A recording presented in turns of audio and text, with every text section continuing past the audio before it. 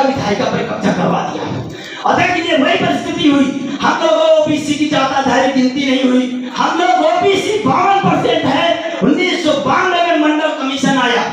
मंडल commission लाने वाले हमारे समाज के नेता रहे हो, लालू यादव रहे हो, बिहार के बीपी मंडल रहे हो, इन सभी लोगों ने ओबीसी की ज्यादा धारी के लेकर मंडल का मंडल लड़ाई लड़ी। अब मैं यहाँ से रुखसत आपके दिशा को मोड़ना चाहूंगा, प्रकाश डालना चाहूंगा। जब 1992 में मंडल कमीशन आया कि हम ओबीसी लोग, हम लोग सभी हरिया कोनी काशी तेली तमोली लोहार कुम्हार कुंभट जो है, हम इस देश में 52% है। लेकिन 52% कब थे? 1931। आज कितने साल? 74 साल हो गए। कितनी संख्या होगी? कम से कम 75 तो होंगे ही परसेंटेज। और लोकतंत्र में जिसकी संख्या ज्यादा होती उसकी सरकार होती है। तो वो मनवादी 3.5% हमको लड़ाने भिड़ाने में लगे। 1992 जब मंडल के लिए ओबीसी जागा तो लाल कृष्ण आडवाणी, आपको मैं बताना चाहता हूँ, लाल कृष्ण आडवाणी गुजरात से रथ यात्रा निकालता है। कहता क्या है कि ओबीसी जाति आधारित गणना करा लेगा तो जो 52% है सरकारी नौकरियों में वो 52% मिल जाएगा उसको। तो बचेगा क्या? दलितों को तो बाबा साहब अम्बेडकर दे के चले गए आरक्षण, दलितों को आरक्षण बाबा साहब दे के चले गए, लेकिन ओबीसी आरक्षण से विलुप्त रहा। तो उन्होंने कहा कि आरक्षण की मांग उठी, गिनती की मांग उठी, तो क्या मुद्दा उठा दिया? मंडल में कमंडल पकड़ा दिया। कहते हैं राम लल्ला हम आएंगे, मंदिर वहीं बनाएंगे, तारीख नहीं बताएंगे।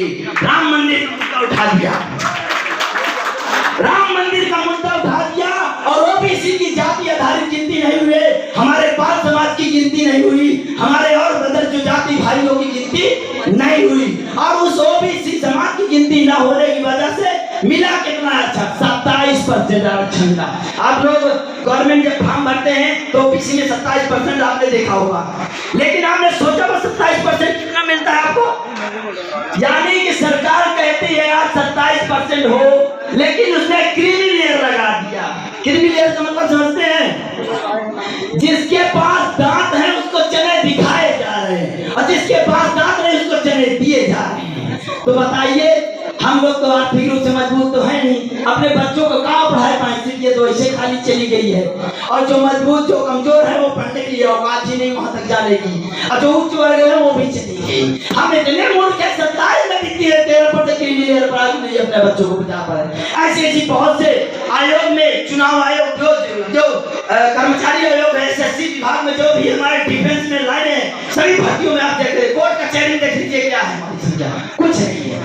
तो हम लोग फिर ओबीसी फिर मुद्दम भटक गए। दुर्भाग्य, हर बार चुनाव आता है, हर बार हथकंडे अपनाए जाते हैं, हमारे समाज की कोई गिनती नहीं करती। चलो ये ठेलिया में और बैठाए चलते हैं, पालों को बैठाए चलते हैं, ये भी बेचारे लिए 2-4 टमाला पहना दिए किसी पार्टी में, तुम्हारा पाल समाज ऐसे चल रहा है जैसे अगर उसको प्रधानमंत्री का टिकट मिलने वाला है। जरा से अन्य पार्टियों में मंच पे नारा लगा दिए, भैया पाल जिंदाबाद, तो वो लग गया सारा कि ऐसा लग रहा बस मैं बन गया, वो टिकट मुझे विधायक मिल जाएगा। मिला कितना? देखिए गौर से, कितने टिकट मिला आपकी? वही कहते हैं जिसकी जितनी संख्या भाई उसकी उतनी हिस्सेदारी। तो तुमने लड़ाई है इस काम में। जब इसके बाद यहाँ चला तो 2011 में फिर ओबीसी जागा, जैसे उठ के कोई जागता है, 2011 में फिर जागा ओबीसी कि अब की बार मैं जो 27 है उसे 52 करके रहूंगा, मुझे 52% चाहिए। फिर क्या हुआ? फिर ये जो संघ के लोग हैं जो इस देश की नफरत ताकतों को मजबूत कर रहे हैं, उन लोगों ने फिर षड्यंत्र रचा। षड्यंत्र क्या रखा?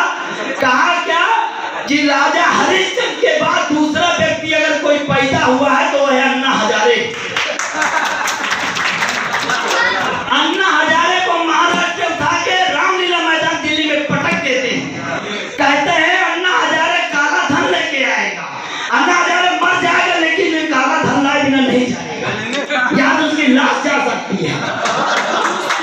अब बताइए, अब अन्ना हजारे बैठ गए अनशन पर, कह रहे हम जब तक काला धन नहीं आएगा तो ओबीसी सोच रहे अरे बाप रे पूरी नौकरियां सब यही फंसी है, सारा विकास देश के ही में फंसा है। काला धन जो संपत्ति सब विदेशों में जमा करे हैं, अगर वो यहाँ आ जाएगी तो हमको नौकरी लेने की जरूरत ही नहीं, सब नाला पैसा जाएगा, सब बटोर लेंगे। ओबीसी जाति आधारित गिनती में नहीं जुटा, अब चला आया, कह रहा चलो अन्ना हजारे बेचारा कुर्बानी दे रहा, महाराष्ट्र से चल के आया दिल्ली में, हम लोग का इतना भूल गए। क्या साजिश है, आप लोग समझ नहीं पाए। 2011 के बाद फिर भी गिनती मुद्दा भूल गया, आज तक गिनती नहीं हुई, कभी चाय बेचने वाले आ गया। ये समस्या है कि हमारे मुद्दों को दबाने के लिए एक बड़ा मुद्दा खड़ा किया जाता है। इस देश में बहुत समस्याएं हैं, समाधान भी हमारे पास है, बस हम लोग समाधान का निवारण करना नहीं चाहते। जिस व्यक्ति का जमीन गुलाम हो जाता है, उस व्यक्ति की बहुत बड़ी ताकत किसी काम की नहीं होती है। साथियों, जमीन गुलाम नहीं होना चाहिए, इसके लिए शिक्षा बहुत जरूरी है। शिक्षित होइए, समाज में संगठित होइए और गलत तर्क वितर्क के आधार पर रामास्वामी पेरियार नायकर ने बड़े समाज सुधार करना। अगर कोई बता दे कि भैया ये सांप है काट लेगा, तो उसको सोचो, तर्क करो कि ये काट क्यों लेगा, उस पर तर्क करोगे तभी तो कसौटी पे उतर के आएगा, वो काटेगा क्यों? कसौटी करोगे नहीं। साथियों, माँ बाप ने हमें पैदा किया, माँ ने हमें पैदा किया एक इंसान समझकर। इस देश में जो धन जन्म लिया है वो इंसान है, इंसान के सिवा कुछ नहीं है। माँ ने हमें पैदा किया एक इंसान समझकर, मनवादियों ने हमें जानवर बना दिया। उठी कलम जो बाबा साहब भीमराव अम्बेडकर के, तो फिर मुझे इंसान बना दिया। क्या जिंदगी थी तुम्हारी जब तुम जीते थे, तो कमर में ठाड़ू और गले में हाड़ी बना करती थी। आज उन सबसे मुक्त कर दिया, तो अपने शिक्षा की ओर बढ़िए, हक अधिकार के बढ़िए। अधिकार की लड़ाई में निमंत्रण नहीं भेजे जाते। मैं बता देना चाहता हूँ, अधिकार की लड़ाई में निमंत्रण नहीं भेजे जाते, और जिसका जमीन जिंदा होता है वो खुद अपने आप चल के आते हैं। अभी मैं इस संगठन में मुझे सौभाग्य प्राप्त हुआ, सेपट तालुका जैसे मुझे मेरे बड़े भाई जैसे मिले, मुझको इस राह पे ले आए कि मैं अपने समाज को सुधार सकूं। मैं अपनी पूरी कोशिश करता हूं कि आपको मैं सजग और बुद्धिजीवी और अपने महापुरुषों जैसा आप लोगों को बनाने का कार्य कर सकूं थोड़ा बहुत। और साथियों, मेरा ये पूरा प्रयास रहता है कि आप लोग समाज के लिए और इस पूरे बहुजन समाज के लिए काम करें। साथियों, इस देश में मैंने देखा, इस देश में दो लड़ाइयां हो रही हैं। मैंने जो देखा, अनुभव किया, आरएसएस और वाम से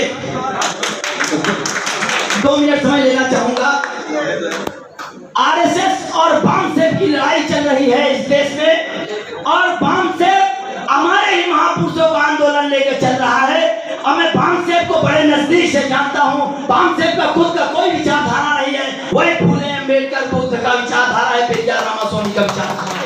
वामसेब की कोई खुद की विचारधारा नहीं है, वो हमारे महापुरुषों का आंदोलन लेकर चल रहा है। और मुझे ये पता चल रहा है कि 6 अक्टूबर को इस वामसेब के राष्ट्रीय अध्यक्ष वामन मेश्राम साहब, जिनके मैं जज्बे को सलाम करता हूँ, जो पूरे भारत में आंदोलन चला रहे हैं और पूरे बहुजन के लिए जातीय आधारित गिनती की मांग उठा रहे हैं, मैं उनको सलाम करता हूँ। और वो हमारी विरासत, हमारी धरोहर को बचाने के लिए कार्य कर रहे हैं। मैं उनसे चाहूंगा, यदि अगर उनसे हमारी बात बनती है तो मैं उनको 6 अक्टूबर में समर्थन करने का काम करूंगा। नागपुर में आंदोलन करने के लिए चलूंगा वामन मेश्राम का आपके नेतृत्व में, यदि अगर हमारी उनसे बात बनती है तो। और हम कहते हैं कि हमारे समाज को हिस्सा वो मुकाम मिलना चाहिए। हम लोग दरी बिछाने का काम बंद कर दिए हैं। भूल जाओ, हमने दरी बिछाना बंद कर दिया है। इतिहास लिखना हम जानते हैं, हमारे महापुरुषों का इतिहास पता हो गया है, तो इतिहास पता है। तो साथियों, मैं आपसे ये अनुग्रह और आपसे अपील करता हूँ कि आप अपने इतिहास के बारे में जाने। जिस समाज का इतिहास, जिस व्यक्ति को अपने इतिहास के बारे में नहीं पता होता है, वो अपने भविष्य का निर्माण नहीं कर सकता, कतई नहीं कर सकता। जब जिसको यही नहीं पता होगा कि हमारे महापुरुष कौन है, तो समाज का निर्माण कैसे करेंगे। आप चाहे जिस पार्टी में रहो, मुझे कोई एतराज नहीं है। समाज एक संगठन है, समाज एक घर है, संगठन एक घर है। इस घर से कोई पुलिस वाला भी बनता है, कोई वकील भी बनता है, कोई जज भी बनता है, लेकिन ये घर है। इस घर से आप किसी भी पार्टी में रहो, ये काम अपने समाज के हित में में करो, समाज के कल्याण में काम करो, अपने आने वाली धरोहर को काम करे। मुझे आशा नहीं, पूर्ण विश्वास है आपने मेरी बातों को ध्यान पूर्वक सुना। इसके लिए आभार, धन्यवाद। जय भीम।